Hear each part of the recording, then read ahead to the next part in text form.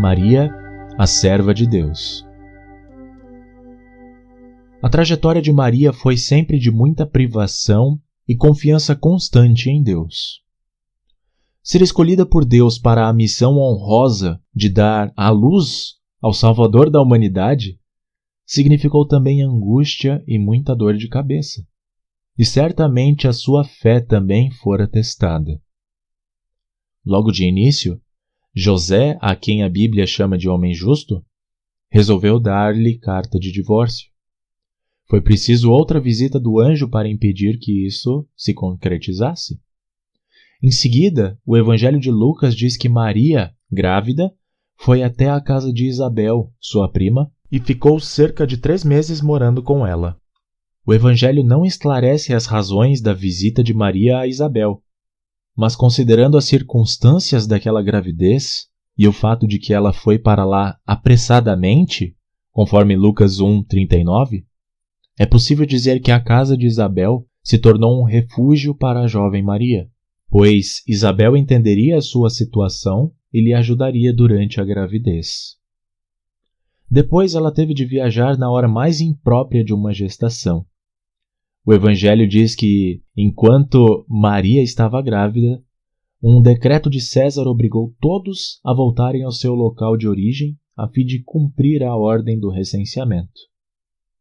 Pelos costumes da época, Maria não era obrigada a seguir viagem com José para Belém da Judéia, mas, considerando sua sensível situação social entre os moradores de Nazaré, uma virgem que aparece grávida anunciando que seu bebê é o Filho de Deus, não é difícil supor que José tivesse razões para não deixá-la sozinha em Nazaré.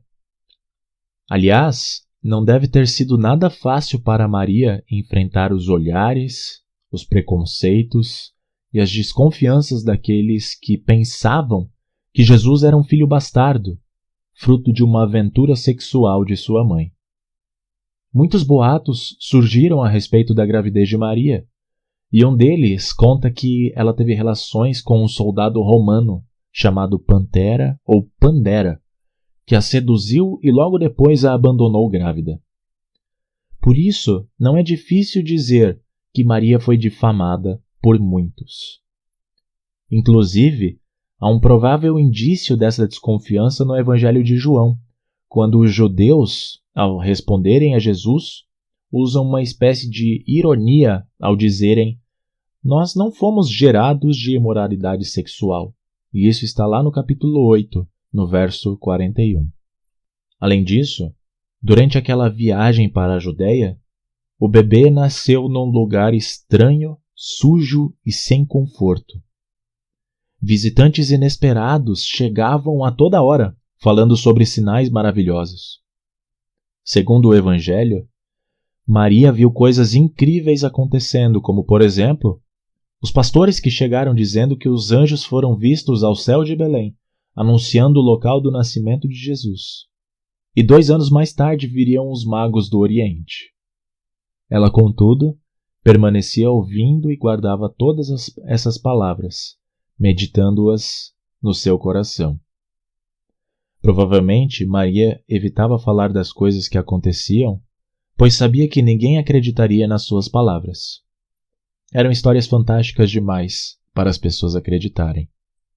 Quando ela e José levaram o bebê ao templo para apresentá-lo a Deus, um homem devoto chamado Simeão, o qual tomou a criança em seus braços e disse que havia esperado a vida inteira por aquele momento, disse a Maria que uma espada atravessaria a alma dela. E isso está lá em Lucas 2, 34 e 35. Logo após, o bebê foi ameaçado de morte, e ao invés de voltar para casa, a jovem família teve de fugir pelo deserto até o Egito, onde ficou até a morte de Herodes. Muitos outros bebês foram mortos pelos soldados que procuravam Jesus, e Maria ficou sabendo disso. Mais uma vez, não deve ter sido fácil passar por tudo isso para defender uma criança, ainda mais se considerarmos que era uma criança de colo. E assim foram se passando os anos. Jesus foi crescendo e com certeza sempre observado por Maria e José. É possível que, por vezes, Maria não soubesse ao certo o que fazer com ele, como no caso em que, na época da Páscoa, Jesus ficou no templo enquanto seus pais o procuravam em meio à multidão, e isso está lá em Lucas 2, 41, 52. Mas ela sabia que ele era ainda uma criança e manteve a sua autoridade sobre ele, ensinando-lhe a obediência.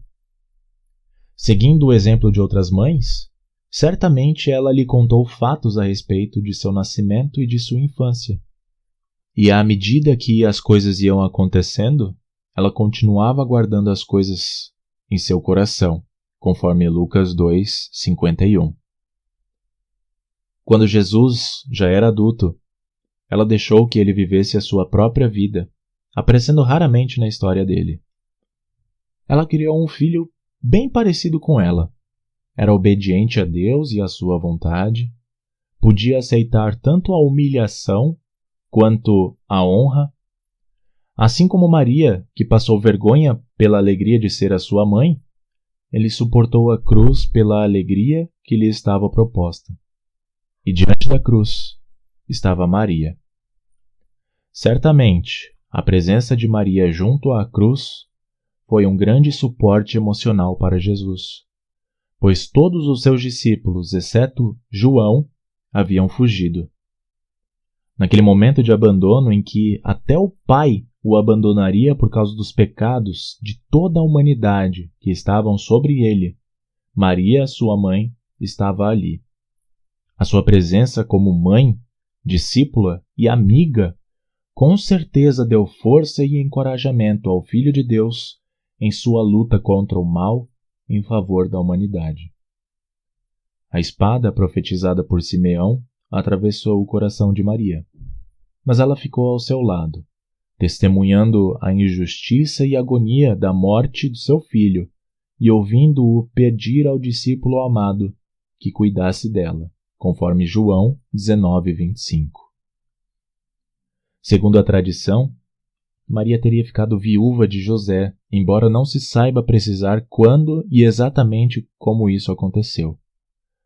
Além disso, o discípulo amado, João, a teria levado consigo para Éfeso, até que, por ocasião do primeiro concílio ecumênico da Igreja, conforme Atos 15, 6 a 29, que foi realizado em Jerusalém, Maria teria retornado com João e ficado ali em Jerusalém, onde moravam seus parentes, até a ocasião de seu falecimento, quando tinha cerca de 50 anos.